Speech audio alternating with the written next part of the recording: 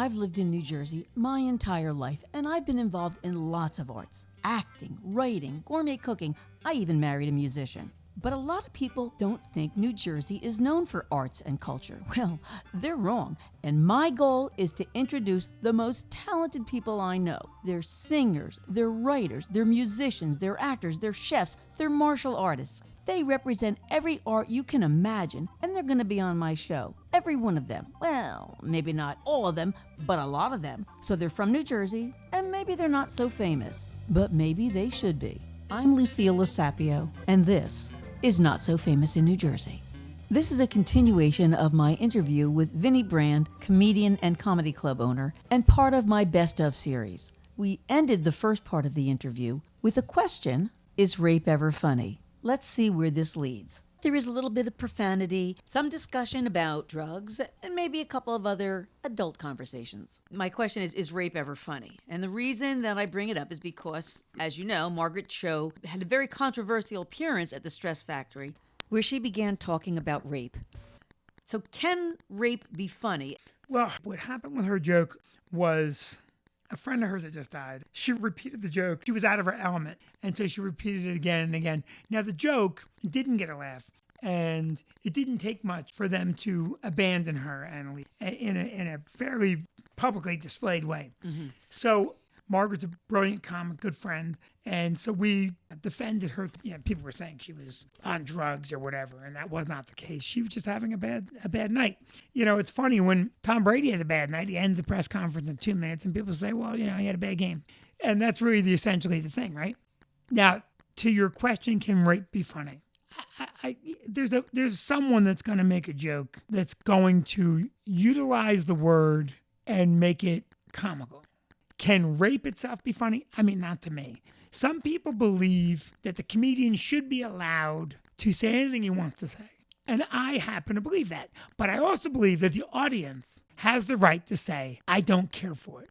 So we live in this vacuum world where people say, well, I can say whatever I want, and you can't be offended by it. Well, wait a minute. If you can say whatever you want, I can be offended by whatever I want. And I can walk out. Right. And that's the thing. Now, if you arrested a comedian and took away his right to liberty and freedom and put him in jail for a joke about anything, well, that's taking away their rights. Walking out and taking away their commerce, that's your decision. So to me, there are things that I don't find humorous. I don't believe that everything should be a joke. That's my personal choice. If someone else wants to make a joke, that's up to them. Now, Patrice O'Neal references rape in a joke that's hysterically funny. If I'm afraid I'm going to be walking through the park drinking a soda, when I'm done, I just throw it on my shoulder, fly over a bush, and land on some dead white woman's head with my fingerprints on the can. Now I'm the Pepsi-Cola rapist because I'm lazy. It's not a rape joke. Right. It uses the concept. It's funny. Rape itself is not funny. Have you ever banned a comedian from your club? Eddie Griffin's not welcome back. And why is that? Eddie Griffin had a moment at the club where he worked us 2 weeks in a row, back-to-back, Bridgeport and New Brunswick. In New Brunswick, he did something that caused the sound system to trip. It's never tripped, ever, in 30 years, except that time. And he went on stage, he was upset, and he walked off stage and said, I'm not working here anymore. We talked him into the second show, and we told this guy, you just can't push the sound system all the way up. In that, what he was doing was causing a problem. He did it a second time. At the second time, he said, Vinnie Brand's no good. He's a racist. Leave here without paying the bills. And that went viral. Everyone did. It was an attack on my character. It was an attack on decency. It was patently untrue. And so he then didn't show up on Saturday for any of the shows. So I didn't ban him. I didn't issue an edict. He's not welcome back. Yeah. Have I banned comics? I mean, no. Eddie Griffin is not welcome back. Yeah. Tell me what you think of something that Dave Chappelle said. He said that a comedian is really two people, the onstage person and the offstage person. And in his opinion, the offstage person is the faker, while the onstage guy is being his real self. What are your thoughts on that? I mean, that's true for Dave. It's next to impossible for me to say that he's wrong for Dave, much like it's impossible for him to say it's true for Vinnie Brand. My opinion is that really good comics are themselves on stage. And that would have been a more accurate comment, is that maybe the really good comic is more likely to be himself. Because comedy should be very genuine. So if you're really yourself on stage, well, then you're probably really good. What do you think of the controversy over Louis C.K. asking up-and-coming comedians to watch him masturbate?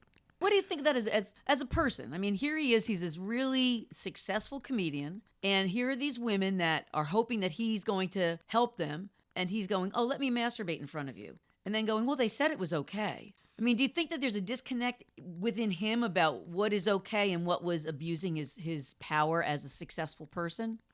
Not close enough to say that there's a disconnect. It's not something I would ever do. My personal belief is that he likely never thought, I have this power, let me abuse it. I don't think, and I know Louis a little bit, another very sweet guy, but we've all made mistakes that we're not thrilled with. Now, I do not believe that Louis said, I can do this because I have power. Right. It was an unconscious, like, I always like to do this, and let me ask her if it's okay.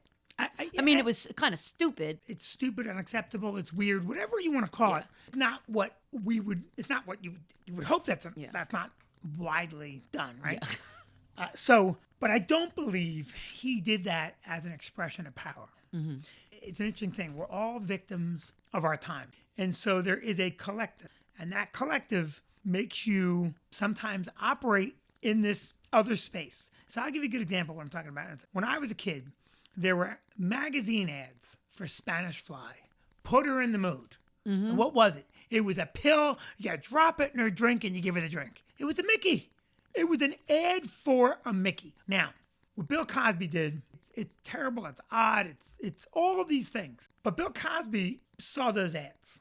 I'm not saying that he gets a pass. What I'm saying is that there is a collective consciousness that allows a certain behavior. Look at today. Today, we just made marijuana legal. Now, I don't smoke marijuana. I've never smoked marijuana, never tried marijuana. But in legalizing marijuana, we have made it, in my opinion, more okay. They're moving goalposts all the time. So in 2021, it's okay to smoke marijuana. But in 2020, it got you arrested. Yeah. Now, maybe Cosby did something and probably did do something that was beyond slipping her a Spanish Fly.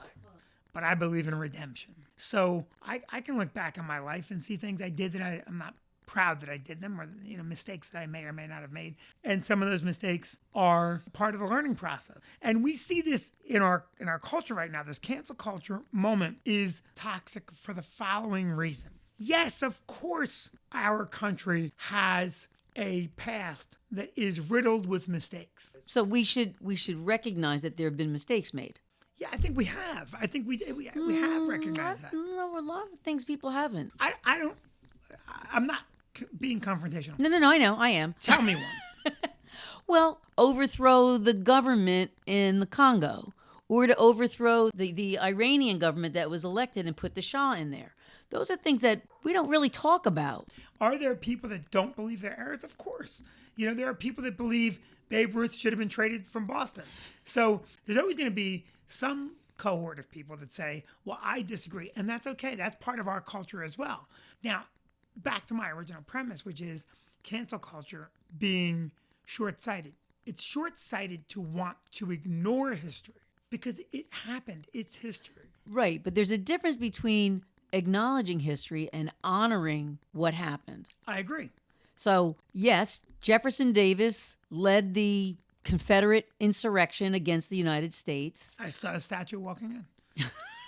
They went in my yard, yeah.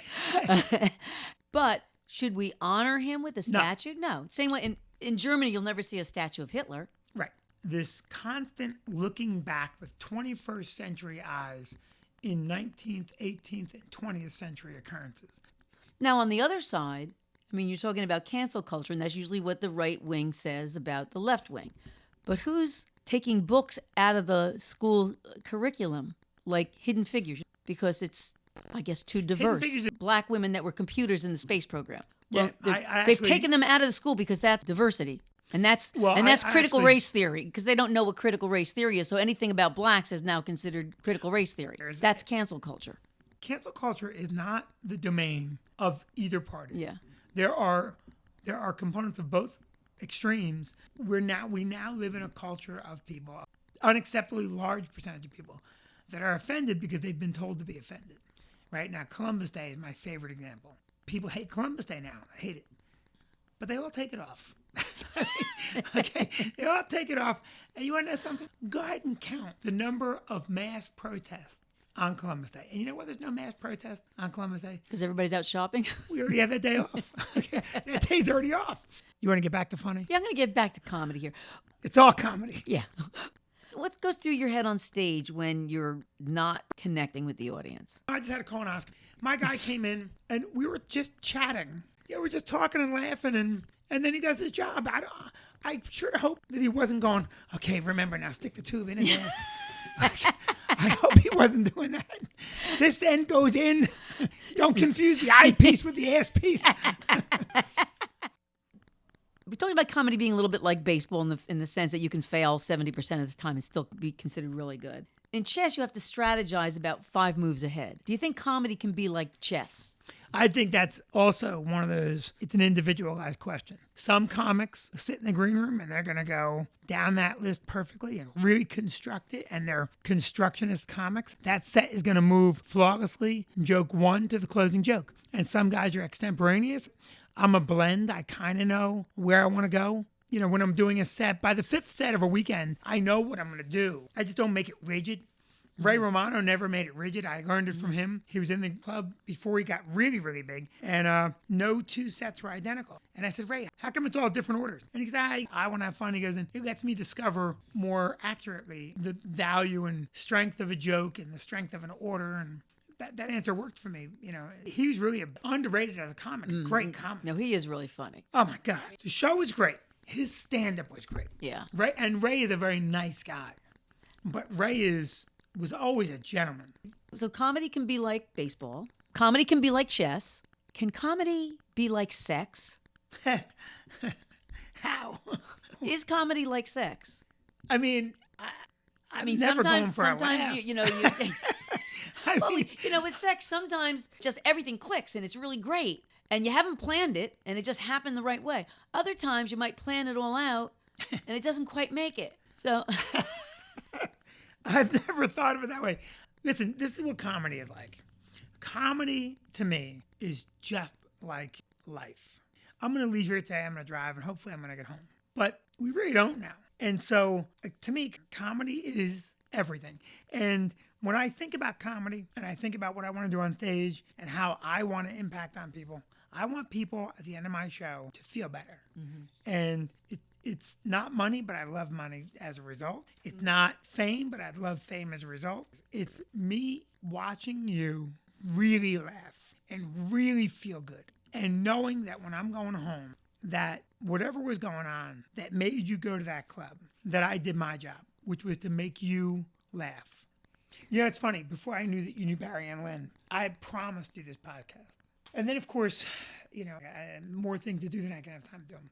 And so the other day, I reached out for you because you've been so unbelievably pleasant and patient and nice. And other people at this point would have said, fuck you, yourself. Asshole. Yeah. Right? I said to my wife, hey, listen, go with me because you have to pick the baby up at 3 o'clock and I won't necessarily feel trapped. And then 2 seconds later, when you texted that about Lynn, I said to Vicky, I'm probably going to be a long time. Isn't that like a little piece of candy for the world? Mm-hmm. Like, here's this thing. You said you would do it, and you're going to honor your commitment. You're being a good guy, and life rewards you. I'm finding out that you have a connection to 2 people that you love. I love. Yeah.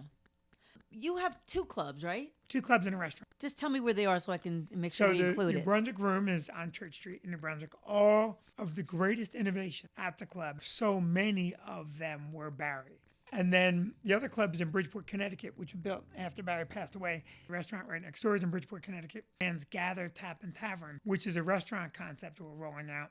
Vicky's been the person that put me back together in life. What about you upsets Vicky the most? About me? Yeah. Oh, man. We need a list. Listen, we have a very unique marriage because we get along very, very, very well. So I think Vicky would tell you that when she talks, I don't listen. But the problem is, I have 5 daughters and a wife, and throughout time, I've been subjected to a lot of unnecessary banter. So through natural selection, my brain has learned to filter out the female voice. So I just, that's what she would tell That's you. okay. All right, here's Tell my- me you're not going to edit this. This is such a no, good interview. I'm leaving everything in. No. I love this interview. You're a good interviewer. Oh, thank and you. I think there were moments when I got too serious on you. No, it was actually exactly what I was looking for. Oh, thank you. It's so sweet. So Is there only one cup of coffee? Is that the deal? No, would you like another cup of coffee? Yeah, I can't even believe you call it coffee talk. You should call it one cup of coffee, get the fuck out. Well, I mean, like, I'm You sitting were here, so engaging and and it got interesting. cold I on didn't me. even think to make. Would you like another cup of coffee? Can I get a little coffee and can you heat that up for me? I'm yes, going I to take a bite can. of the cheesecake so you don't feel bad. Right. So do you have time for a couple more questions? Yeah, good. How different is it to own a comedy club from being a comedian? Because we all know that being a comedian is a lot of failure and a lot of attempts and a lot of trying. But you're on a different plane now. So how is that different? What are the differences that you enjoy about that?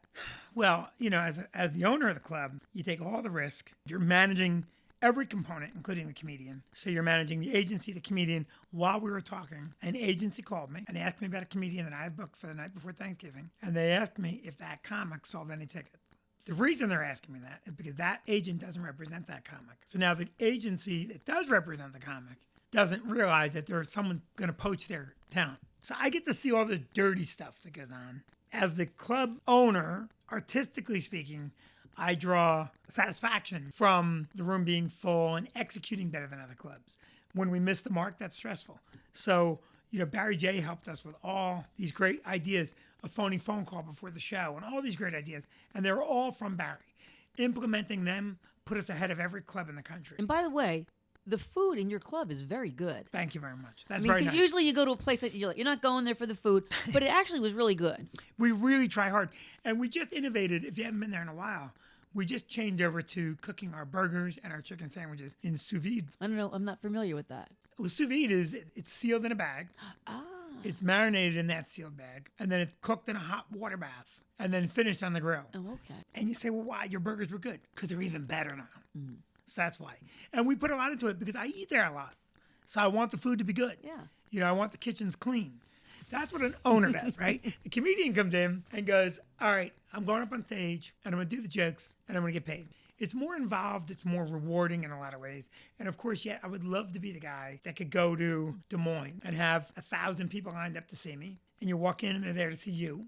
In the old days, you went to Des Moines and there was 1,000 people to see comedy. And that was more exciting because if they weren't there to see you, well, that was exciting because they might not like you. Mm-hmm. Right now, it's a little bit of a fish in a barrel scenario. You have everyone there to see whatever comic they came to see. They already know and like that guy. But, you know, there's an interesting thing is that when I saw Ray Romano for the first time, I had no idea who Ray Romano was. In fact, he was middling for George Wallace, who I didn't know. And both very funny guys. Ray was having a better set than George Wallace was. And I know why that is, because I didn't know George Wallace, but that audience did. So they already They knew. had expectations. Well, they knew the jokes. So if you go in and see Springsteen and he plays a brand new song, you're on your phone, you're checking your email. But when Born to Run starts, the phone's away and you're singing along because it's fun to know the song, not fun to know the joke. The interesting thing now is that comedians are now turning to podcasts. They don't have to travel, doesn't cost them anything, and they can make money from it. Yes. Is that cutting into your business? No, it's expanding it because then people go to see the podcast guy. What it's changing is the journeyman nature of a comic, where when I was sent to Des Moines as a headline comic, that no one knew who you were. A journeyman could go in and make that audience laugh and win a new audience. It's changing the winning of it all. So when you walk on stage to see an audience that's there to see you, you don't have to win them. That battle's been done. I think it's going to introduce, and guys are slowly finding this out. I've been saying it for years. What I call the maintaining is now the fight. Because they know Sebastian's going to go, what's going on with that? I can't do a good Sebastian until I hear him.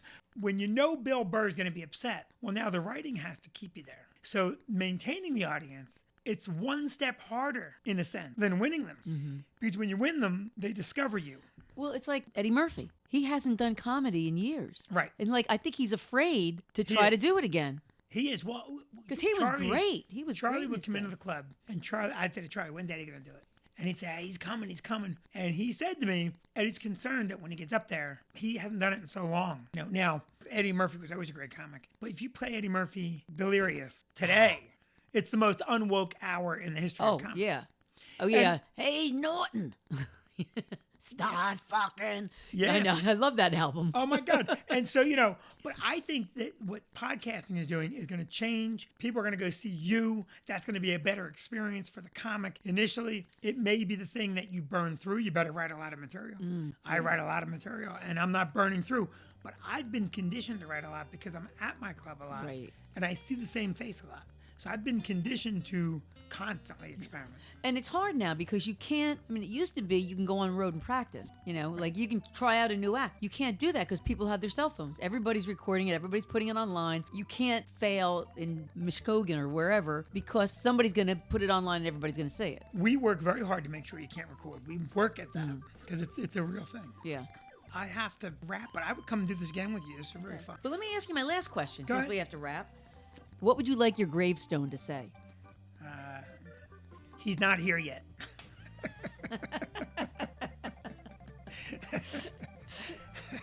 Vinnie, thank you so much for making the time today.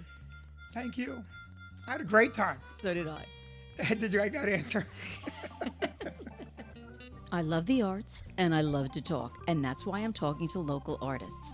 And if you like listening, then subscribe to my podcast. You can do it on this page, on iTunes, or anywhere you get podcasts. I'm Lucilla Sapio, and this is Not So Famous in New Jersey.